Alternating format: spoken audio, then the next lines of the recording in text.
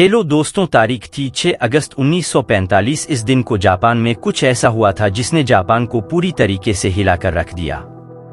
साल 1945 हत्या थी। एक आम जापानी की जिंदगी बहुत मुश्किल हो चुकी थी। वर्ल्ड वाइड टो में इतना ज्यादा लड़ने की वजह से जापान के कुदरती भंडार खत्म हो रहे थे। इनके पास दुकानों में खाने पीने के सामान नहीं बचे थे। स्कूलों के मैदानों और घरों के बगीचों में सब्जियां की जा रही थी क्योंकि उनके पास और कोई चारा नहीं था। पेट्रोल की कीमतें भी आसमान छूने लगी थी, जिस वजह से जा रहा था सड़कों पर एक भी निजी कार नहीं। पेट्रोल आम लोगों की पहुंच से बाहर होता पड़ती दिखाई दे रही थी। हिरोशिमा की सड़कों पर जहां भी नजर जाए वेदर चलते लोग और मिलिट्री की गाड़ियां दिखाई दे रही थी। 6 अगस्त की सुबह 7 जापानी रडारों ने दक्षिण की ओर से आते हुए अमेरिकी विमानों को देख लिया। चेतावनी के सायरन बज उठे और पूरे जापान में रेडियो कार्यक्रम रोक दिए गए। इस लड़ाई में जापान को बहुत नुकसान हुआ था। जापान में तब पेट्रोल की इतनी कमी हो दिए विमानों को रोकने के लिए कोई जापानी विमान नहीं भेजा गया। 8 बजते विमान वापस चला गया। विमान बस जापान की स्थिति देखने आया था और इसलिए चेतावनी बंद कर दी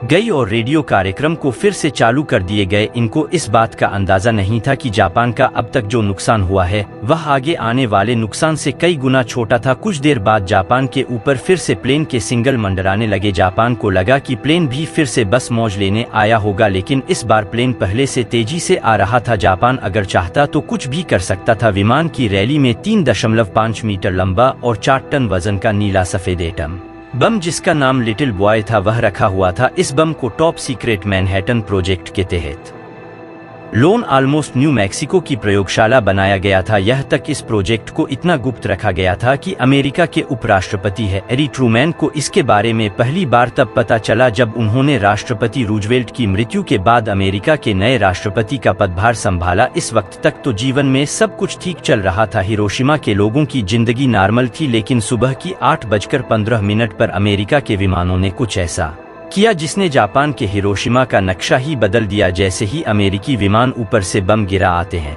तो यह न केवल हिरोशिमा के ऊपर गिरना शुरू हुआ, इसे नीचे पहुंचने में करीब 13 सेकंड लग गए। हवा इतनी तेज थी कि बम की दिशा ही बदल गई और अपने अलग से 250 मीटर दूर वह सीमा सर्जिकल क्लिनिक के ऊपर फटा। इसकी शक्ति 12,500 टन TNT के बराबर थी और जब यह फटा तो तापमान अचानक 10 लाख सेंटीग्रेड पहुंच गया। इससे यह आप अंदाजा लगा सकते हो यह कितना खतरनाक बम था। विमान के पायलट मेजर चार्ल्स ने एक विशाल आग का गोला बनता देखा। शहर के मध्य में एक क्षण के अंदर कंक्रीट इमारतों को छोड़कर धरती के ऊपर मौजूद हर चीज तबाही के मंजर में समा चुकी थी। विस्फोट का असर इतना भयानक था कि ग्राउंड जीरो से 15 किलोमीटर दूर तक और इमारत की खिड़की अभिषेक चकनाचूर हो गए। कंक्रीट न्यूक्लियर से रिएक्ट नहीं करता है, लेकिन उसे छोड़कर हर चीज खत्म हो गई। यह पल आंख झपकाने से भी झलकती था।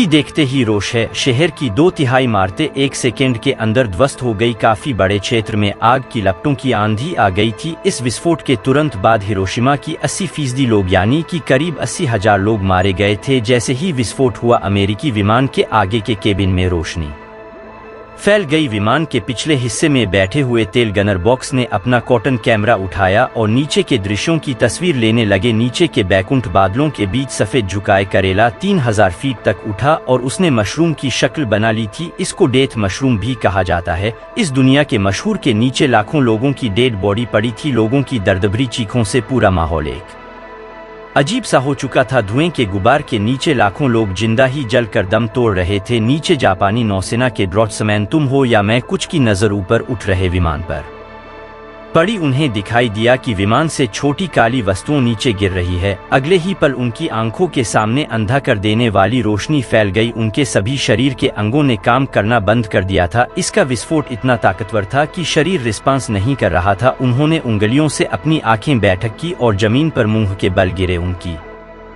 नीचे की धरती हिली और वह करीब आधा मीटर ऊपर उछले और फिर गिर पड़े। जब उन्होंने अपनी आंखें खोली तो उनकी चारों तरफ अंधेरा था। उन्हें कुछ भी दिखाई नहीं दे रहा था, जिससे कि बहुत तेज दिन के बाद रात छा गई हो। अचानक उन्होंने महसूस किया कि अपने चेहरे के बाएं हिस्से और भाई वहां पर बहुत गर्मी हो रही थी। उन्हें उल्टी करने की इच्छा महसूस हुई और वह बेहोश होने लगे। धीरे धीरे उन्हें कुछ चीजें दिख रही थी। तभी उनकी नजर कुछ दूरी पर खड़े पेड़ पर गई। उसकी सारी पट्टियां झाड़ चुकी थी। गुनों स्पीड तक पहुंचने के लिए अपनी सारी ताकत लगा दी। किसी तरह वहां पर पहुंचकर उसके तने के नीचे बैठे। तब तक उनका गला पूरी तरह सुख सुविधा और पानी की एक बूंद के लिए तरस रहे थे। आपको यह कहानी झूठ लग रही होगी, लेकिन यह सच है। वह इंसान थे जिन्होंने दोनों को सवाई किया था और उन्होंने इस कहानी को खुद सुनाया था। लिए हमारे बीच नहीं है और इस बम से जिंदा बचने के बाद भी ने बहुत तकलीफ हुई। इस बम विस्फोट में बचने वाले अकेले नहीं चाहिए और जो इस घटना में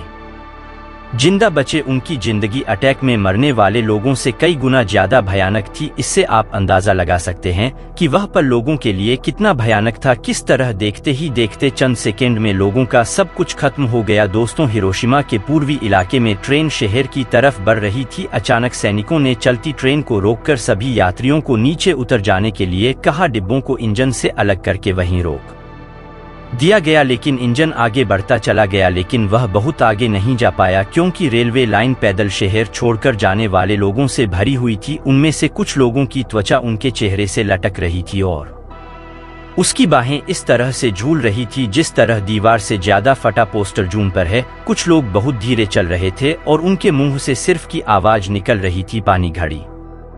11 बजे एटम बम विस्फोट से पैदा हुए बादलों की वजह से हिरोशिमा में तेज बारिश होने लगी थी। यह काली बारिश थी जिसमें गंदगी, धूल और विस्फोट से उत्पन्न हुए रेडियो एक्टिव तत्व मौजूद थे। वास्तव में लोगों का कहना है यह काले रंग से भी गहरी बारिश थी, कुछ ग्रीस की तरह जो दीवारों और कपड़ों पर अपनी निशान छोड़ रही थी। उधर बिना पत्ते वाले पेड़ के नीचे बैठ या वह बच्ची को रेडियो एक्टिव बारिश का सामना नहीं करना पड़ रहा था। जहां उन्हें थोड़ी दूर पर एक घड़ा दिखाई दिया। जब वहां पर कैसे भी करके रेंगते हुए पहुंचे तो वहां उन्हें एक महिला पड़ी हुई दिखाई दी। उसके सारे कपड़े जल चुके थे और उसकी चमड़ी भी जलकर लाल हो चुकी थी। उसने उठने की कोशिश की लेकिन गिर पड़ी। वह महिला दर्द में चलाना चाहती थी लेकिन उसके मुंह से बस इतनी आवाज निकल रही थी कि मदद करो, मदद करो। यह उस चीज को देखते ही उसने बहुत धीमी आवाज में पूछा, क्या मैं मरने जा रही हूं? तभी वहां 2 लड़के पहुंच गए जिन्हें कुछ भी तथा उन यामागुची से कहा, आप बुरी तरह से जल गए दिखते हैं। यह कुछ ने अपने चेहरे को धीरे से छुआ। उन्हें लगा कि उनके चेहरे से उनकी खाल उतरकर उनके हाथ में आ रही है। उनकी मां काली पड़ी हुई थी और लगातार सोचती जा रही थी। वह बच्चे अमुखी को लेकर एक क्लिनिक पहुंचे। वहां पर जले हुए शव पड़े हुए थे। कुछ लोगों के हाथों में थोड़ी बहुत हरकत थी लेकिन अधिकतर शरीर बिना किसी हरकत के पड़े हुए थे। वहां पर एक कंप्यूटर में यामागुची के चेहरे पर सफेद मरहम लगाया और उनकी वहां पर पट्टी बांधी। यह सब कुछ बम का असर था। कहानी यहीं खत्म नहीं होती है। अमेरिका के इरादे जापान के लिए और भी ज्यादा खतरनाक थे। अमेरिका कुछ ऐसा करने वाला था अगले ही पलों में जो जापानियों ने सोचा भी नहीं था। 9 अगस्त 1945 जापान के एक और शहर नागासाकी की दोपहर है जबकि 2012 बम वर्षक ने वहां दूसरा आइटम बम गिराया। उसे नीचे पहुंचने में पूरे भवन सेकंड लगे। बम गिरने के 1 किलोमीटर के दायरे में मौजूद हर चीज धराशायी हो गई। वहां पर कुछ भी नहीं बचा था कि ट्रेन्स ने अपने शरीर से जल की एक बूंद को सोख लिया। बहुत से लोग और जानवर उसी क्षण मर गए। धमाका इतना तेज था कि 8 किलोमीटर दूर बने घरों के शीशे भी टूट गए। विस्फोट से उपजी रोशनी हालांकि सिर्फ कुछ सेकेंड तक रही लेकिन उससे जो हीट जनरेट हुई थी उसने त्वचा को 3rd डिग्री बंद से जला दिया। बम गिरने की जगह से